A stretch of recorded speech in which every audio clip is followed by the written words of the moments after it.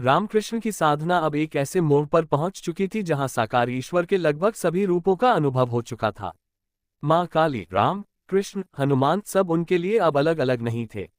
वे सभी उसी एक परम सत्य की झलक बन चुके थे। लेकिन उनके भीतर एक प्रश्न अब भी जीवित था। क्या ईश्वर केवल रूप में ही सीमित है, या वह निराकार, निर्गुण और असीम भी है? यही प्रश्न उन्हें अद्वैत वेदांत की ओर खींच रहा था, उस मार्ग की ओर जहां न भक्त होता है, न भगवान, न पूजक, न पूज्य, जहां केवल एक ही सत्ता होती है, ब्रह्मा। इसी समय दक्षिणेश्वर में एक कठोर और तेजस्वी सन्यासी का आगमन हुआ। उनका नाम था तोतापुरी। शरीर पर केवल एक कौपीन, आंखों में अग्नि जैसी तीव्रता और वाणी में अद्भुत स्पष्टता।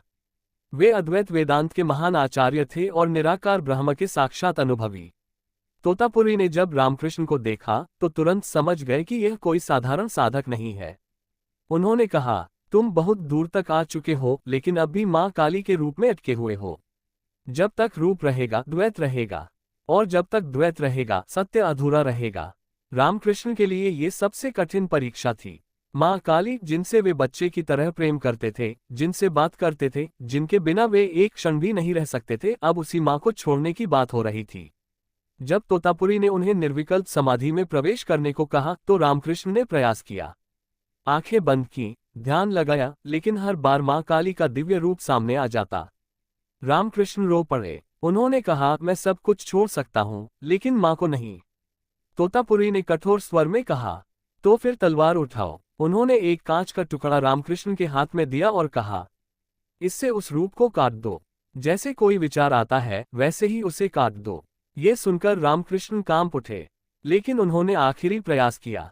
जैसे ही माँ काली का रूप ध्यान में आया, उन्होंने मानसिक रूप से उस पर तलवार चलाई, और उसी क्षण सब कुछ लुप्त हो गया। रूप, रंग, देवी, भक्त, सब। केवल एक अनंत, मौन, प्रकाशमान चेतना शेष रह गई। ये निर्विकल्प समाधि थी, जहां कोई अनुभव करने वाला नहीं था, कोई अनुभव नहीं था, केवल अस्तित्व था। रामकृष्ण 3 दिनों तक उसी अवस्था में रहे, न शरीर का भान, न संसार का। यदि तोतापुरी समय समय पर उनके शरीर को नीचे न खींचते तो प्राण वापस लौटना कठिन हो जाता। जब रामकृष्ण उस अवस्था से लौटे तो वे मुस्कुरा रहे थे।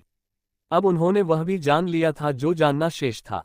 उन्होंने साकार को भी जाना था, और निराकार को भी। अब उनके लिए कोई भेद नहीं बचा था। माँ काली और निर्गुण ब्रह्म दोनों एक ही सत्य थे।